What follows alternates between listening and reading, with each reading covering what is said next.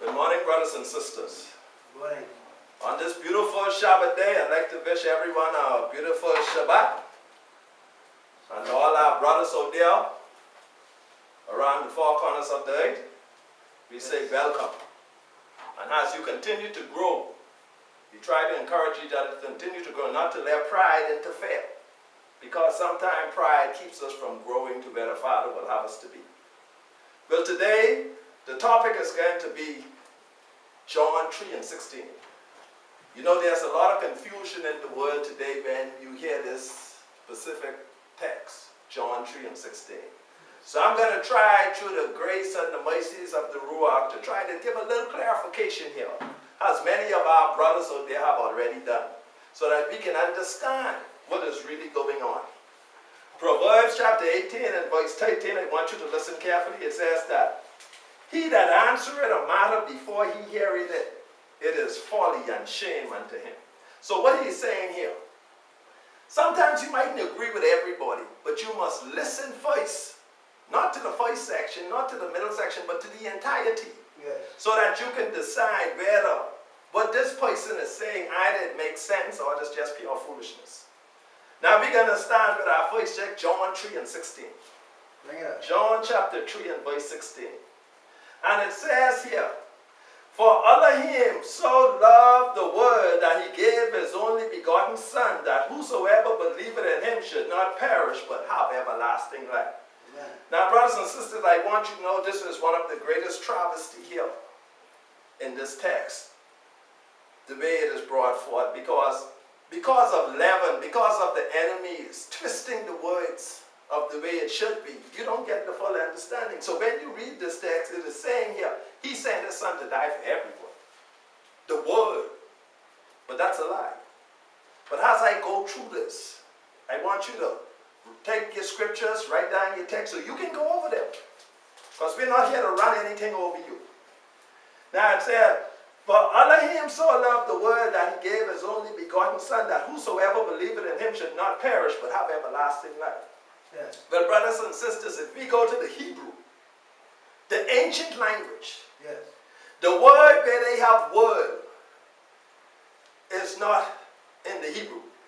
What that was actually replaced, these are pagan words that they used to replace certain names in the Hebrew, which are really irreplaceable. But in the Hebrew, it is really order. Now listen to it again. "For Allah him so loved the order, that he gave his only begotten bond." You see, we say son today, but it's a breakdown of the words from Hebrew to Greek, from Greek to Latin, from Latin to English. When they say son, they really talking about the S-U-N. Bring it up. In the Hebrew, it is the bond. You know what a bond is? You know, women take bond who do hairdressing and they bind it around it because it holds it together. Well, in the Hebrew, it said that, "For Allah him so loved the order, that he sent his only begotten bond, All right now. that whosoever believeth in him should not perish but have everlasting life." Now, that's why there's so many contradictions. The person will say, "Well, I thought he loved the word." No, he loved the order. You got to understand. That's it, Bible. When the lady go and she cleans her house, and she cleans the kitchen, and she set the plates in the dish rack and the forks and spoons in the dish and the grocery in the cupboard, and everything is in order. Order. And then she goes out and come back and she find clothes in the oven. She find the plates on the floor. What she is now seeing is disorder. You see, when the Father created the planets, when he created the earth, it was done in order. It's all about order to him. Order. The first day, the second day, the third day, the fourth day, the fifth day, when he created, he didn't create man and say, "Hold on, let me create the garden." He done create, everything was done in order and decency. So you got to understand, when he sent his bond, who is called Son today, he sent him to restore order. Because now when this woman come home and she find clothes in the oven, food in the front room, she has two choices to make. She could either restore this order back, or she could just say, "You know what, I've had it, forget it." The same thing with the Father. When he created us, when he created us, order, it was so beautiful, he said, "You know what, the seventh day we can rest. We can rest on it." That's how beautiful this order was. You didn't see thorn growing up through the grass. Where flowers was flowers. Everything was in its natural order. So we look and we say, wow. And the father looked and he said, what have I done? He said, I've hedged it. He said, what have I could have done to my garden to keep it in order?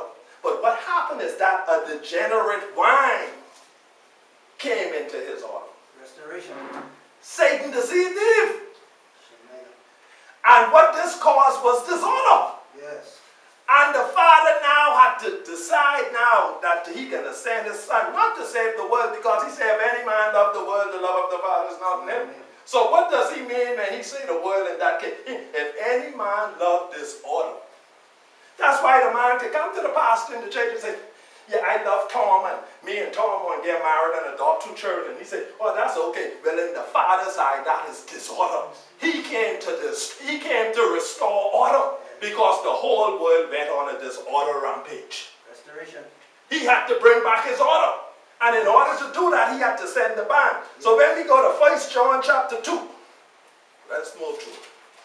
1 John chapter 2, verse 15 to 18 says, love not the world, neither the things that are in the world. Well, what it's really saying then? Love not disorder, neither the things that are in the nations.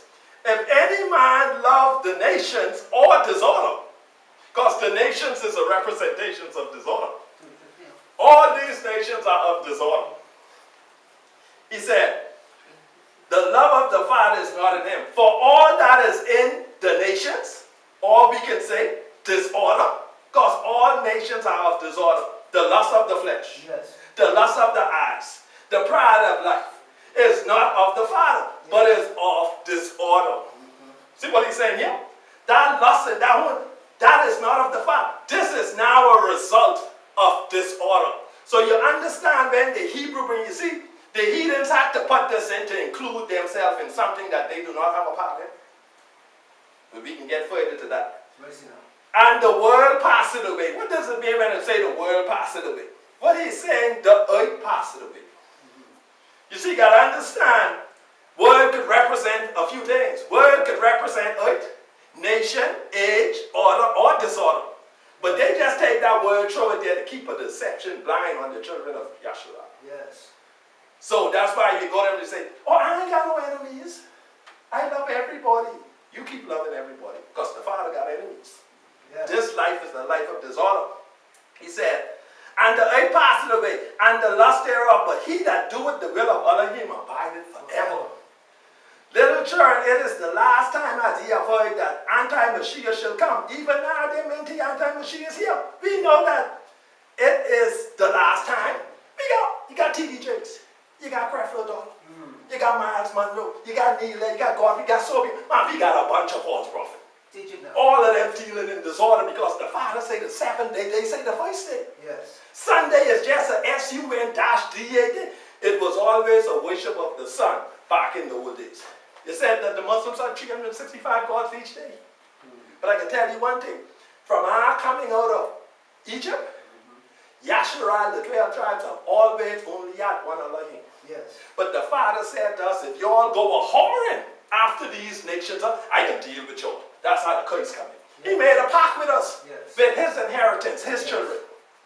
John 17 and verse 9. John 17 and verse 9 says, I pray for them.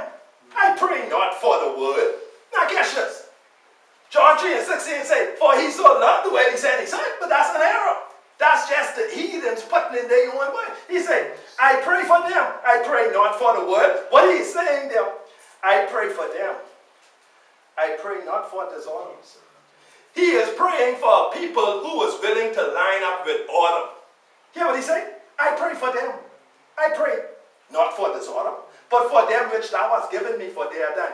We were given to the Son as his inheritance. We belong to him.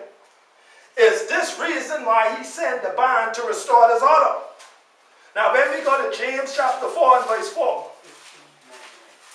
James chapter 4 and verse 4. You're going to do some page turning, but you know I like to take everything from the scripture. James chapter 4 and verse 4 says, Ye adulterous, adulterous and adulteress, know ye not that the friendship of the world is enmity with Elohim? What he's saying here? Ye adulterous and adulteress, know ye not that friendship of the nations of disorder is enmity with Elohim? So what he's saying, if you went to disorder, you automatically disconnect yourself. Because if you say man and man is okay, woman and woman is okay, it's all right for you to do what you want to do. I can keep the voice say father rather than to say that's disorder. If you want to eat pig when the father tells you pig is unclean, you is a child of disorder. Now I hear so many people talking, oh, I love pig, I'll eat pig till I die, but you will die. Because the father isn't playing no game here. He come to restore his children. If you don't appreciate it, you're going to be on the bottom and out. Restoration. He say, ye not that the friendship of disorder is enmity with us. Whosoever therefore will be a friend of the world is the enemy of Elohim. So what he's saying there? Whosoever will be a friend of disorder, use my enemy.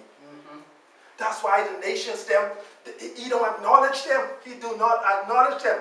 2 Samuel chapter 7 and verse 23.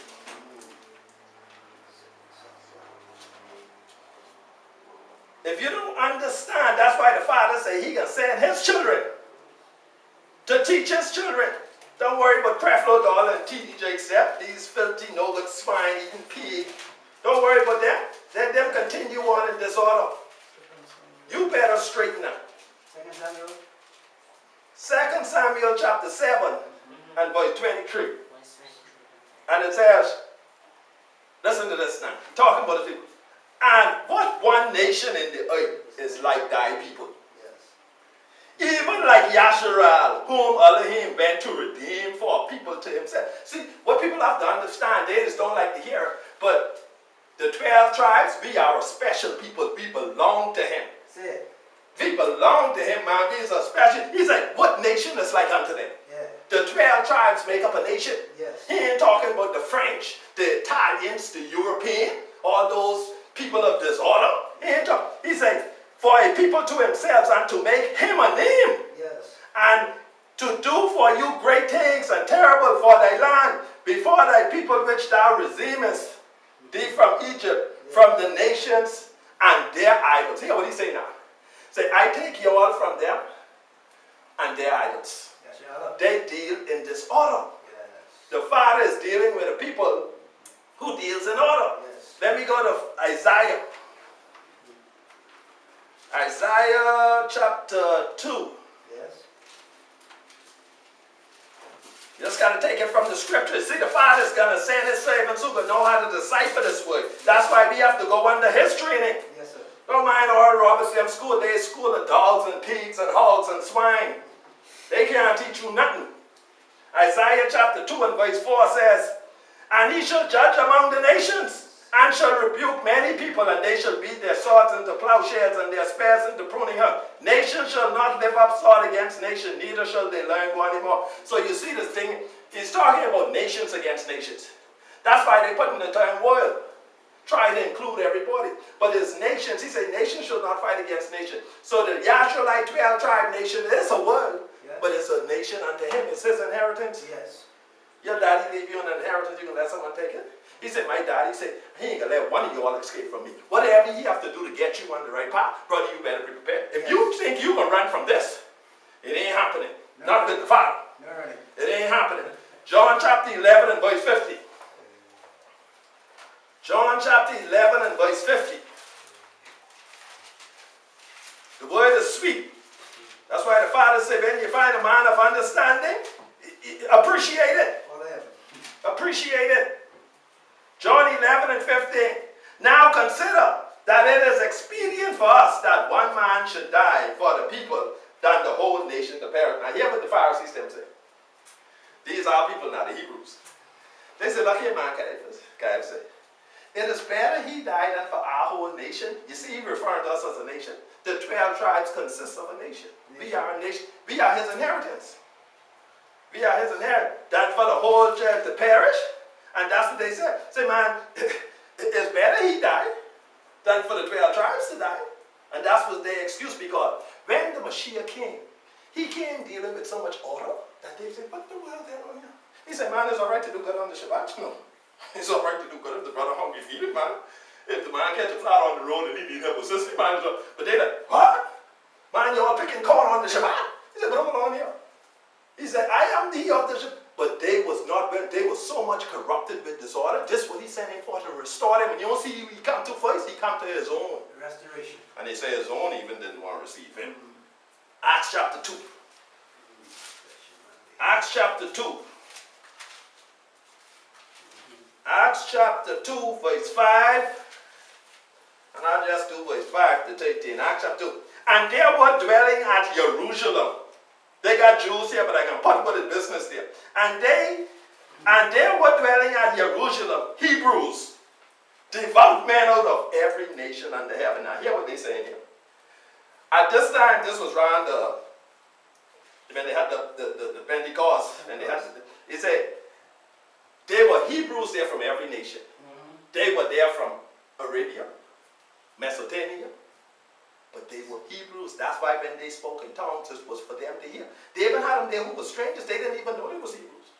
That's why he tells us today, be careful how you're picking them up, because y'all might pick up the wrong one thing, or because we have been through so much different seed lines. So he's saying, be careful. You might careful. You see a white man with woolly hair. You say, well, I still got woolly like that. But we spread out. So he said, now, when this was noise abroad, the multitude came together and were confounded, because that every man heard them speaking his own language. So this Arabian Hebrew. Yes. He ain't speaking. But this how the Father was reaching his people. See, people that take that thing, he talking to all the nations. He ain't talking to all the, he was reaching his children who was caught up in these other heathen nations. Because he come to save them. Yeah. So he said, and they were all amazed and marveled, saying one to another, behold, and not all these which speak Galileans. And how do we, every man I want to hear the tongue was born? Parthians, Medes, Elamites, look where we is all over. Because remember, before he come, 10 tribes stood down near castle. Yes. And Yehuda, Ben, you went to Levi, they was hanging around the land, portion of them. Yes. So they used to come back to the land, you know, because they had an idea who they were. So he said, 10, Pergia, Philemon, Egypt, Libya, both Cyrene, strangers of Rome. Yes. They were strangers to the land. They don't even know the Hebrew. We got many people like that today. They don't even know the Hebrew. That's why the white boy was talking about it. He said, well, what am I? He said, what's your power was? He said, my power was an American slave. He said, oh, you're just a confused child. He was a Hebrew. He just didn't know because his skin tone was white, but he had woolly hair. You see? That's why the Father said, be careful. When he draw this net out to sea, he said, y'all don't worry. I can pick them barks out. Get out of here. Because they can try to come and sneak in. So he's saying 11 Cretes and Arabians, we do hear them speak in our tongues, the wonderful works of him. And they were all amazed and were in doubt, saying one to another, what meaneth this? Others mock and say, these men are full of man. But you wanted to know something here. When they spoke, and they all heard their language, one brother used to text it. He gave each of them his name in a different language. That's a lie.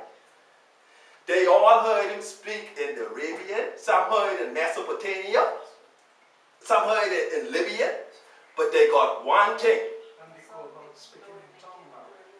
They got one thing. They got one thing unified. They got his name.